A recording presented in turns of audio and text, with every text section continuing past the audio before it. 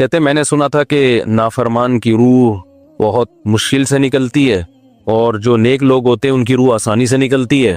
تو میں تو جب گیا یورپ میں تو میں نے بہت سے گوروں کو بڑے آرام سے مرتے ہوئے دیکھا اور بہت سے نیک لوگوں کو بڑی مشکل سے مرتے ہوئے دیکھا. تو یہ کیا ہے؟ تو کہہ رہے مجھے تو اسلام کے بارے میں اشکالات شروع ہو گئے.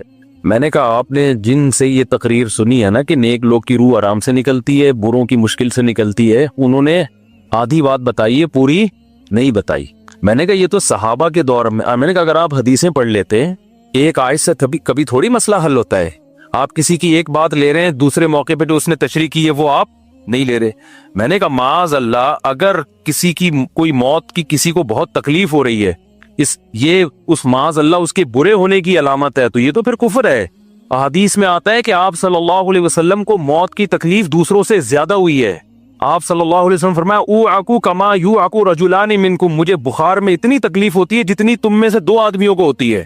آپ پر جب بیماری آتی تھی نا، آپ کو تکلیف دوسروں سے زیادہ ہوتی تھی. اور امی عائشہ رضی اللہ تعالی عنہا فرماتی ہیں کہ نبی صلی اللہ علیہ وسلم کا سر مبارک میری گود میں تھا جب آپ کی روح نکلی ہے، اور آپ کی جو میں نے موت کی تکلیف دیکھی ہے، جس شدت میں آپ جس تکلیف میں تھے، اس کے بعد مجھے کسی کی موت کی جو آسانی سے کوئی دنیا سے گیا ہو نا، اس کے مرنے پر مجھے کبھی رشک نہیں آیا. رشک کا کیا مطلب؟ کہ بھئی یہ اتنی آسانی سے چلا گیا تو اس کا مطلب یہ زیادہ اچھا تھا، اور معاذ اللہ آپ صلی اللہ علیہ وسلم کے اعمال کم تھے، تو یہ تو ممکن نہیں ہے نا. کہتے ہیں مجھے کبھی کسی پہ رش نہیں آیا کہ آرام سے مر گیا تو بہت نیک ہوگا. ٹھیک ہے نا، بہت مشکل ہے سمجھانا. امی عائشہ فرماتی ہیں کہ یعنی امی عائشہ کی حدیث کا مفہوم بیان کر رہا ہوں کہ نبی صلی اللہ علیہ وسلم کی موت کے وقت جو تکلیف کی حالت تھی، اس کو جب سے میں نے دیکھا ہے، تو امی عائشہ کی بات کا خلاصہ یہ ہے کہ اب اگر میں کسی کو دیکھتی ہوں نا کہ آرام سے روح نکل رہی ہے، یعنی آرام سے مر رہا ہے، دنیا سے جا رہا ہے، تو مجھے اس پہ رش نہیں آتا کیونکہ بہت نیک ہوگا. کیا مطلب؟ اس کا نیک عمل سے تعلق بولتے کیوں نہیں ہے. لیکن ہمارے ہاں سارا مدار کس پر ہے؟ مرنے کے بعد شکل کیسی ہے اس کی؟ آڑا ترشا ہو گیا تو جہنم میں جا رہا ہے اس کا مطلب. اور اگر مرا ہوا ہے، دانت کھلے میں، ایسا لگ رہا ہے مسکرا رہا ہے، سیدھا کہاں جا رہا ہے؟ او بھائی، اگر خدا نخواستہ کوئی لکوے کا مریض تھا، کوئی فالج کا مریض تھا، وہ تو مرے گا تو اس کا تو بیچارے کا ہوگا تھوڑا سا چہرہ بھی ٹیڑھا ہو سکتا ہے، کچھ بھی ہو سکتا ہے، نیک لوگوں کا بھی ہو سکتا ہے. تو مدار کس پر ہے؟ اعمال پر. اور نیک لوگوں کو بعض دفعہ موت کے وقت ڈبل تکلیف دی جاتی ہے. ایک تو اس لیے دی جاتی ہے، یا تو اس لیے کہ کوئی گناہ ان کا باقی رہ گیا ہوتا ہے. اللہ کیا کہتے ہیں؟ بھائی قبر میں جانے سے پہلے اس کو ہمارے پاس دھلا کے لے کے آؤ، صاف ستھرا ہو کے. اب ہمارے پاس آ رہا ہے تو اب ہم نہیں چاہتے کہ اس کے گناہوں کی گٹری ہو، اس کو پاک صاف کر کے لے. میں نے بڑے بڑے بزرگ دیکھے جن کو آخری وقت میں بہت مصیبت میں گزری، ان کی یعنی زندگی کے آخری ایام، بیٹیوں کی ٹینشن، کسی بیٹی کو طلاق ہو گئی، وہ گھر آ گئی، کوئی اور مسئلہ ہو گیا، تو بڑی ٹینشن میں آخری وقت. لیکن وہ زبان سے کیا کہتے تھے؟ شکر. کیا شاید اللہ تعالیٰ ہمارے گناہوں کو معاف کرنا چاہتا. اولاد کی حدیث میں آتا ہے کہ انسان کو اس کی گھر والی کی طرف سے، اس کی اولاد کی طرف سے، اس کے جسم کی طرف سے تکلیفیں پہنچتی رہتی ہیں اور اس کے گناہ معاف ہوتے رہتے ہیں، حتی لقی اللہ طاہرا مطہرا، جب اللہ کے پاس آتا ہے نیٹ کلین، بالکل گناہوں سے پاک صاف ہو گیا. لیکن یہ تکلیف ہوتی ہے جس میں صبر کی توفیق بھی ملتی ہے، کیونکہ اللہ دے رہا ہے نا تکلیف، اور اللہ سزا کے طور پہ نہیں بلکہ کفارے کے طور پہ، تاکہ ہمارے پاس آئے تو صاف ستھرا ہو گئے. تو اس تکلیف میں پھر صبر کی توفیق، اس لیے علماء کہتے ہیں جس تکلیف میں صبر کی توفیق مل رہی ہے، سمجھ لو یہ رحمت ہے. یہ کیا ہے؟ رحمت. یہ اللہ آپ کو بنانا چاہ رہا ہے کچھ. اب لوگ کہتے ہیں یہ والی تکلیف کیوں، وہ والی کیوں نہیں آئی، یہ تو بہت زیادہ ہو گئی. تو بھئی اللہ سے کوئی نہیں لڑ سکتا، وہ جو دے رہا ہے وہ اس پہ صبر کرو. اسی کو کہتے ہیں تقدیر پر رضا. کیا قبر والے سنتے ہیں؟ اگر نہیں سنتے تو ہم یہ دعا کیوں پڑھتے ہیں، السلام علیکم یا اہل القبور؟ وہ تو سنتے ہی نہیں. اختلافی مسئلہ ہے. ہماری رائے یہ کہ نہیں سنتے. قرآن مجید کی آیت ہے انک لا تسمع الموتى ولا تسمع الصم الدعاء، کہ نبی آپ مردوں کو نہیں سنا سکتے. تو اس پہ بہت کچھ لے دے ہوئی ہے، بہت کچھ کہا گیا ہے.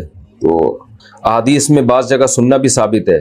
تو ہماری رائے یہی ہے، ہمارے اکابر میں سے بھی بہت سو کی رائے یہی تھی. حضرت مولانا سرفراز خان صفدر صاحب کا اس پر بہت تفصیلی رسالہ ہے، انہوں نے بھی آخر میں خلاصہ یہی بیان کیا ہے. وہ یہی ہے کہ اصل یہی ہے کہ مردے نہیں سنتے، الا یہ کہ جہاں سننا ثابت ہے تو وہاں ہم قائل ہیں. جیسے کہ حدیث میں آتا ہے کہ جب مردے کو دفن کر کے جاتے ہو تو یسمع قرع نعالہم، وہ لوگوں کی ابھی پاؤں کی چوکھٹ کی جو آہٹ ہے نا، پاؤں کی آہٹ، قدموں کی آہٹ، اس کی آواز سن رہا ہوتا ہے کہ فرشتے آ جاتے ہیں حساب کے لیے. تو وہاں یہ ہے کہ وہ جب آپ دفن کر کے جاتے ہیں تو مردہ بھی سن رہا ہوتا ہے قدموں کی آہٹ. لیکن بعض علماء کی یہ رائے ہے کہ یہ حدیث جو ہے نا یہ علم سے کنایا ہے، یعنی مردے کو پتا ہوتا ہے کہ مجھے دفنا کے جا رہے ہیں. واللہ عالم، اس پیچیدہ بحث میں ہمیں پڑھنے کی زیادہ ضرورت نہیں ہے. بہرحال آپ نے پوچھا ہے تو میری اور ہمارے بہت سے اکابر کی رائے یہی تھی کہ قرآن کی اس آیت کی روشنی میں کہ مردے نہیں سنتے، الا یہ کہ جہاں سننا ثابت ہے. تو اللہ اپنی قدرت سے کسی کو کوئی بات سنا دے تو پھر اللہ پہ تو کوئی پابندی نہیں ہے، نہ کوئی چیز اللہ کی قدرت سے باہر ہے. لیکن علی الاطلاق یہ قول کہ جب بھی آپ جائیں گے قبر پہ مردے سنیں گے، تو یہ قول ہماری رائے میں دلیل کے لحاظ سے کمزور ہے. ناتالیہ انصاری انڈیا سے، کیا سورہ فلق سورہ ناس دل میں ہی پڑھ کر دم کر سکتے ہیں یا زبان سے پڑھنا ضروری ہے؟ دل میں پڑھ کے نہیں دم کر سکتے بھائی، زبان سے پڑھنا ضروری ہے، زبان سے پڑھ کے دم کریں. سعودی عرب سے کسی نے پوچھا، انڈیا اور پاکستان سے جو لوگ مسجد وغیرہ کے لیے چندہ کرنے آتے ہیں تو کیا ایسا کرنا جائز ہے؟ کیونکہ یہاں کی گورنمنٹ نے تو پابندی لگائی ہوئی ہے. وہ لوگ گورنمنٹ سے چھپ کر ایسا کر رہے ہوتے ہیں. جب گورنمنٹ نے پابندی لگائی ہے تو پھر ناجائز ہے. حکومت کے لاء کو فالو کرنا انتظامی چیزوں میں فرض ہے. ایسے پبلکلی چندہ کرنا، اور میں یہ بات بار بار بتا دوں کہ مسجدوں اور مدرسوں کے نام پہ نا فراڈی لوگ بہت گھوم رہے ہیں. جو چندہ کرتے ہیں ان کا نہ کوئی پیچھے مدرسہ ہوتا ہے نہ مسجد ہوتی ہے، اور بعض دفعہ مسجد اور مدرسہ ہوتا ہے لیکن وہ ہوتا ہی چندے کے لیے. تو اس لیے کہ ایسا نہیں ہو کہ کوئی بھی اٹھ کے مدرسے کے نام پہ پیسے مانگنا شروع کر دے، آپ دینا شروع کر دیں. یہاں بہت بیوقوف بنایا جاتا ہے. تو پہلے یہ دیکھیں ریلائبل مدرسہ ہے یا نہیں ہے، اس کی مینجمنٹ کون ہے، آڈٹ کا کوئی نظام بھی ہے یا نہیں ہے، چندہ کہاں آ رہا ہے، کدھر خرچ ہو رہا ہے. جب تک یہ پوری پراپر نالج نہ ہو، اسی طرح اپنی رقمیں اٹھا کے دیتے رہنا، یہ ضائع کرنے والی بات ہے مال کو. تو یہ ایک باقاعدہ بہت سے لوگ جو ہے نا اس دھندا بنایا ہوا ہے ان چیزوں کو. تو علماء ایسا نہیں کرتے، لیکن علماء کے روپ میں لوگ ایسا کر رہے ہوتے ہیں. کسی کے چہرے پہ تھوڑی لکھا ہوتا ہے کہ یہ عالم ہے، مفتی ہے، فراڈی ہے، کیا ہے. تو لوگ علماء کا گیٹ اپ بنا لیتے ہیں. یہ جتنے روحانی عامل ہیں انہوں نے اپنے نام کے ساتھ مفتی لگانا شروع کر دیا، مفتی فلاں مفتی فلاں. تو پاکستان میں کوئی پابندی تو ہے نہیں، کوئی بھی مفتی کہہ دے.